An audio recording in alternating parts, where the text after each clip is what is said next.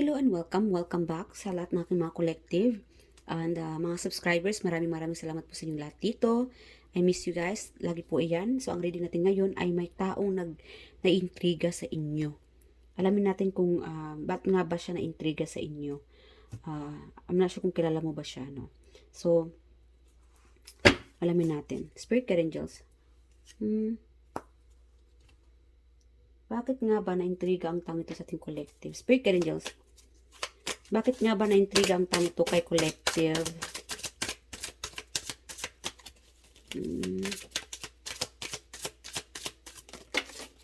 Okay, Six of Wands. Marami kang mga kaibigan. Masayahin ka. Lagi kang active. Siguro sa Zumba. Athletic ka siguro. Marami nakakilala sa iyo. You could be a social media influencer. Kaya naintriga ang taong ito. Alright. Masayahin. Malakas dito yung masayahin. It could be sa mga makeup mo. Naintriga siya. Yeah. You guys are truly cheerful. Masaya kang kasama. Siguro maingay din. Naiingayan siguro ang taong ito. Nine of Pentacles, Four of Swords, and Eight of Cups. Yeah, naintriga siya dahil okay, siguro hindi mo siya kinakausap. Hindi mo siya feel. Okay. Para kang may pagka-celebrity. Malakas dito yung may pagka-celebrity energy. Naintriga ang taong ito dahil siguro pagkaandyan siya, walang niho-niha. Ito ka oh. Yeah. Marami ka mga kaibigan, parang siya naman ay nasa malayo. Nakatingin lang. Okay, I'm also getting like nag-evil eye. So pay attention guys. Itong naintriga sa inyo, be specific here, this person could be sending an evil eye. Dahil siguro sa mga achievement mo So yeah, intrigang-intriga siya sa inyo dahil anong meron sa iyo kung bakit umaangat ka? Kung bakit mas gumaganda ka? Kung bakit maraming nagmamahal sa iyo? Kung bakit marami kang mga achievement? Kung bakit nag-glow up ka? Mapamaganda, no? O hindi kagandahan. Again guys, wala tayong perfecto dito But again, hindi naman sa itsura mo, pero lalo kang nagle-level up. Ano bang mayroon talaga sa iyo? Yeah. Marami kang achievement. Parang relax ka lang. Karamihan sa inyo dito, ikaw yung taong lapitin. Lapitin ng mga tao. Mga kaibigan, pala kaibigan ka siguro. Siguro dahil yung energy mo napaka-bright. Yeah. Ang bright ng energy mo. Maraming nakakaaninag sa inyo. Kaya itong mga taong ito, hindi sila nagdadalawang isip na kausapin ka, mag-high hello sa iyo, kasi alam nila na approachable ka. At may mga tao talaga mga kaibigan, sabihin natin mga kaibigan, stick to one, or nag-stick sila sa inyo. They are relying on you, or they're just enjoying being with you, Kaya siguro, I'm also getting like, this could be your ex-friend. Kasi sa dami-dami, ayan sila, ito nagmamahal sa'yo. They are watching you na umaangat ka. Yan, nagle-level up ka. Sinusuportahan ka nila. But then this person parang bang kinakast away siya. Yeah. Parang sa isang grupo, lahat, masarap yung yung prutas, pero ito yung bulok. Again, this could be like family member. It's being cast away. Somebody is being cast away. So, dahil nasa malayo siya, hanggang tingin sa malayo, this person or you are leveling up and this person sending you an evil eye. Para bang kinakarma ang taong ito. Habang ikaw ay nag-i-enjoy, nagre-relax, minamahal ng lahat, yeah, marami kang na-achieve, kahit na tumataba ka na, mas hindi ka pa rin naman iniiwan. Yan siguro yung naku-curious siya, na-intriga siya. Isa sa mga rason kung bakit tumataba na si collective noon, ang ganda-ganda, ang gwapo-gwapo, pero ngayon taba-taba, pero ba't marami siyang achievement?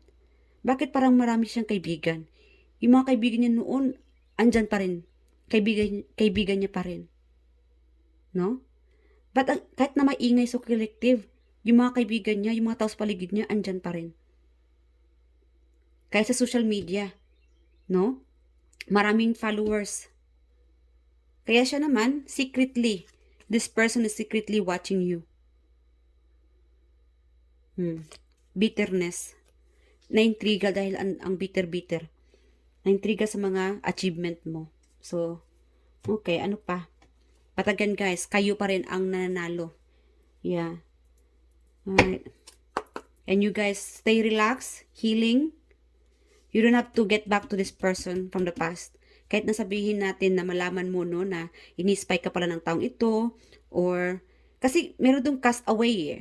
I'm hearing like cast away. Malakas dito yung cast away. So, ex-friend, it could be relative, family member, hindi mo na siya kinakausap, or no communication, but then this person is sending you evil eye, or parang big deal sa kanya ang iyong mga achievement, ang pag-angat ng iyong buhay.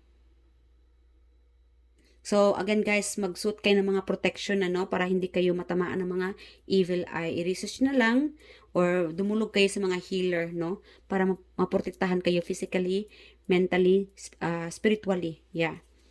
Ano pa? Ano pang rason kung bakit, ano bang intention ng taong ito sa ating mga collective? Spirit Guardians, ano ba talagang intention ng taong ito sa ating mga collective? Okay. King of Pentacles and the Hierophant. Yeah, guys.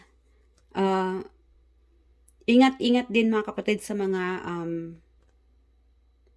kasi may good and bad energy dito. Nakukuhanan ko So, bad energy, baka isa ito sa gustong kulamin ka.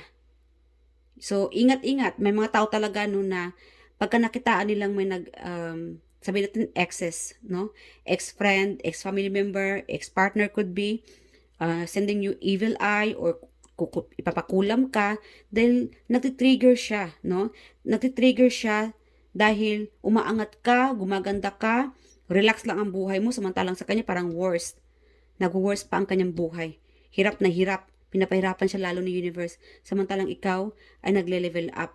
Sumasaya. Nag-i-enjoy sa buhay. So, again, ingat-ingat. Alright? At meron naman dito sa inyo, ang intention naman ng taong ito ay this person, na-intriga siya dahil ay, baka meron tong collaboration. Baka makapag-collab siya sa inyo sa social media. Yeah. Or something about reward. Meron itong na-intriga siya dahil proud. Proud siya sa mga achievement mo. Again, may good and bad intention dito. So, dapat aware kayo sa mga may mga bad intention, sa mga cast away friends, cast away relatives, exes could be na ayaw mo nang kausapin kasi meron itong nag-walk away ka na sa taong ito. Yeah. And it could be marriage. Yeah. Yeah. Naintriga ang taong ito dahil I'm also getting like naintriga siya dahil sa mga achievement mo. Masaya siya sa achievement mo. Ito yung good side ng taong ito. Masaya siya sa achievement mo. Baka mag-offer siya sa inyo. Again, collaboration. It could be marriage or reward. An offer about business could be. Kung ikaw itong nagbi-business ng mga, or nagpo-post sa social media ng mga damit, I don't know, karne, pagkain, gold, baka ang taong ito nagkakaroon na ng idea. Baka nagre-research siya sa background mo, maybe this person is coming in. Kasi may offer akong nakukuha ng energy na magbigay offer sa iyo na makipag-collaboration. Business proposal, investment could be. Yeah. Or meron naman dito na marriage. Baka ang taong ito ay naghahanap ng perfect, baka siguro, na-intriga siya dahil ikaw siguro yung nakitaan niyang perfect partner. Yeah. So, this person is coming in, baka mag-offer sa iyo. Baka ang taong ito ay naghahanap ng perfect partner. Perfect partner of marriage, commitment, long-term, relationship, or perfect partner for business. So, itong perfect partner, itong na-intriga sa inyo, baka magiging perfecto din siya sa inyo, Kailan ito darating? Ay, Spirit ka rin just, kailan ito darating or sino itong taong ito? Itong perfect person, partner, could be again business, Leo, it could be Leo season. Spirit ka rin just, sino itong darating sa ating collective, ito na intriga at mag-offer. We have here Aries, again Leo, malakas dito yung fire sign, Scorpio, again another fire sign, and Virgo, this could be you or the person na paparating or na-intriga sa inyo. Aquarius. Number 10. On the 10th, it could be around sometime 10 or 7. It could be October or 7. Yeah, mag-offer sa inyo or ang taong na-intriga, no? Okay. How about initials? Again, guys, there will be a good and bad intentions here. Ang tao na intriga sa inyo. May na-intriga dahil sa mga pananamit mo, personality mo, friends. Again, nag-glow up ka. Kahit na meron to nag-gain weight, masaya ka pa rin, marami pa rin nagmamahal sa'yo, attractive ka pa rin, happy ka pa rin, marami nagmamahal sa'yo, may mga tao nag-stick, no? Nag-stick pa rin sa iyo.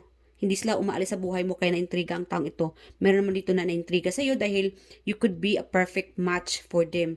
Perfect match, commitment, relationship, marriage, or perfect match for business. Kaya mag-offer ang taong ito. Or mag-offer ng, again, collaboration, partnership, reward. Baka may bibigay itong taong ito, a gift. I don't know what you guys doing. So, please leave your comment below.